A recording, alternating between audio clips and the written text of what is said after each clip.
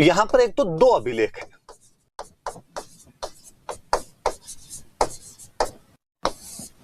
बिजोलिया में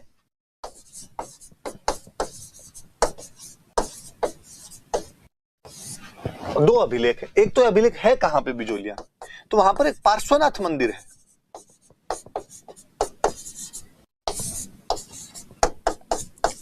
उस पार्श्वनाथ मंदिर के अंदर ये 2 अभिलेख लगे हुए हैं। वहां पर पास की किसी चट्टान पर ये अभिलेख वहां पर लगाए गए।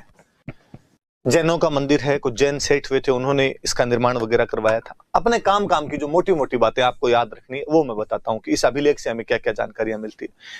सोमेश्वर का वर्णन इसलिए आ जाता है कि सोमेश्वर के टाइम में इस मंदिर को एक गांव दान के अंदर दिया गया था। वो गांव दान के अंदर दिया तो इसलिए वो चौहानों की वंशावली वगैरह इसके अंदर मिलती है। तो एक तो चौहानों की वंशावली मिलती है इसमें।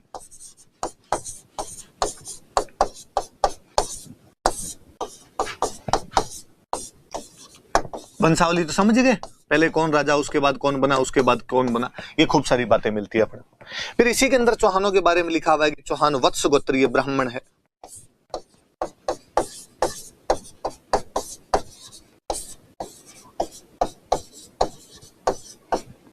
चौहानों को इसमें वत्स गोत्रीय ब्राह्मण बताया गया है। इसी के अंदर बताया गया है कि चौहानों का जो राजा हुआ था वासुदेव, उसने सांबर झील का निर्माण करवाया था। लेक सांबर, जो कि अपने जयपुर नागौर जाते हैं तब रास्ते के अंदर जो सांबर झील आती है, तो उसका निर्माण करवाया था। ये भी ये जानकारी देता है। तो चौहानों के बारे में तो सीधी सीधी ये जानकारी है। चौहानों की वंशावली मिलती है हमें।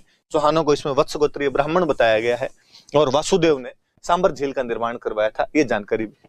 और एक जानकारी मिलती है कि जो विग्रहराज चतुर्थ है,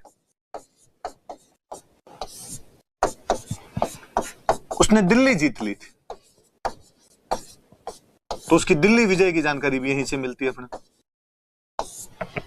उसने दिल्ली को जीता था, कल हम बात भी कर रहे थे, तो उसकी जानकारी मिलती है। फिर मैंने बताया कि सोमेश्वर ने गांव दान के अंदर दिया था, तो जो गांव दान में दिया करते थे उनको बोलते थे डोली।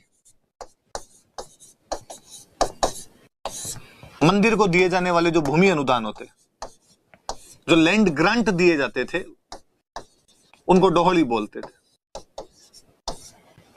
तो उनकी जानकारी मिलती है अपने कि वो जो मंदिरों को जो गांव दान में दिए जाते थे उनको क्या बोलते थे। जो डोनेशन दिया जाता था, लैंड का डोनेशन दिया जाता था, तो उसको जो लैंड ग्रांट मिलता था उसको बोला करते थे डोहली।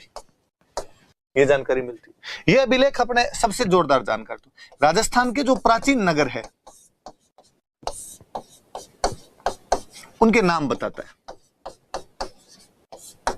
या मैं ज्यादा अच्छे शब्दों में कहूं तो राजस्थान के नगरों के प्राचीन नाम बताता है कि एंशिएंट में उनके नाम क्या रहे थे, इनकी जानकारी देता है। जैसे मैं 2-3 एग्जांपल आपको देता हूं यहां पर। ऐसे बिजोलिया का इसमें नाम लिखा हुआ है विजयावल्ली।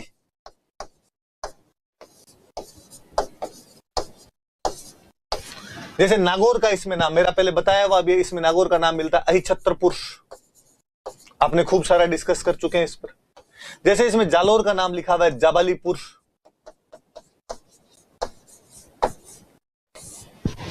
ऐसे खूब सारे और भी दूसरे कई नाम अपने को इसमें मिलते हैं। मैंने 2-3 आपको एग्जाम्पल बताएं कि बिजोलिया का नाम मिलता है विजयावल्ली, उधर मिलता है आपको अहिछत्रपुर, नागौर का नाम, जालोर का नाम मिलता है जाबालीपुर।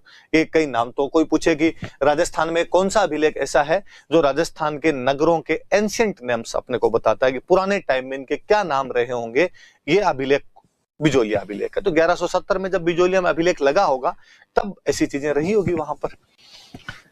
सारी बात याद रखना भाई कि विजयावल्ली, और ये आपके विजयावल्ली तो बिजोलिया का पुराना नाम है, अहिछत्रपुर नागौर का पुराना नाम है, जाबालीपुर जालोर का पुराना नाम।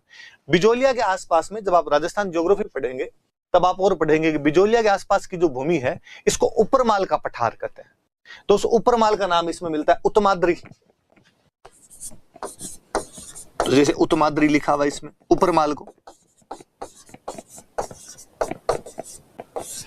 ये भी अपने आप के अंदर इसके अंदर इस जानकारी है कि उपरमाल का अपने को नाम क्या मिल जाता है, उत्तमाद्री नाम मिल जाता है। ऐसे कई सारे नाम मिले हुए। और क्या है, पार्श्वनाथ मंदिर के अंदर लगा हुआ है। चौहानों की वंशावली पता चलती है, वत्स गोत्रीय ब्राह्मण थे। चौहान जो थे वो वत्स गोत्रीय ब्राह्मण थे। और जो विग्रहराज चतुर्थ है उसने दिल्ली जीत ली थी, वासुदेव ने सांबर झील बनवाई थी, मंदिरों को जो गांव दान में देते उनको डोली कहा करते थे, और राजस्थान के नगरों के प्राचीन नाम मिलते हैं। ये बिजोलिया अभिलेख की कुछ जानकारी, एक दो बातें और मैं और बताता हूं आपको, पीछे लिख लेते हैं अपने।